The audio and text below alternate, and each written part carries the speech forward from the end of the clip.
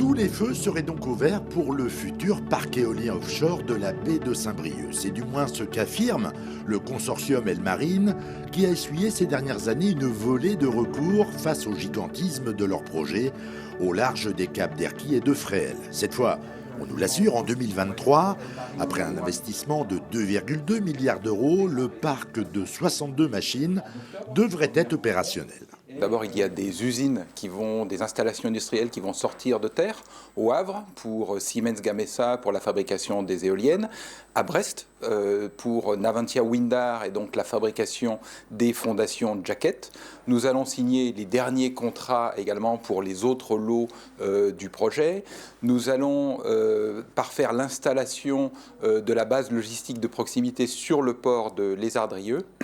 Et puis nous allons également poursuivre les études environnementales qui sont nécessaires avant le début de la phase d'installation et ensuite pour les suivis environnementaux pendant la phase d'installation à partir de 2021. Elmarine ne voit donc plus d'obstacles à la phase de mise en œuvre, une confiance que les opposants au projet s'empressent de tempérer. À en croire le porte-parole du collectif des pêcheurs artisans, de nouveaux recours seraient sur le point d'être déposés devant la Cour européenne du Luxembourg pour contester l'attribution de subventions européennes aux différents projets offshore. Sans ces subventions, ces entreprises ne pourront pas créer leur parc éolien parce qu'ils en ont vraiment besoin. Et ils sont en train de eux-mêmes se mettre en porte-à-faux avec la Constitution européenne des droits à la concurrence. Et nous serons là justement pour faire entendre cette voix. Et aujourd'hui, dans le droit européen, Elmarine ou l'État français est en infraction. On n'a pas le droit d'attribuer une nouvelle entreprise à la place d'une autre.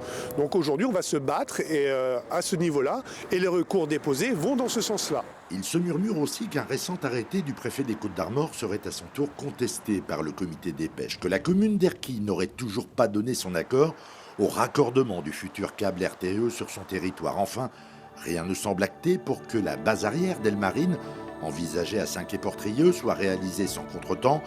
Autant de chantiers qui pourraient peut-être encore valider la thèse qu'il faudra sur le sujet brasser beaucoup d'air avant de faire du vent.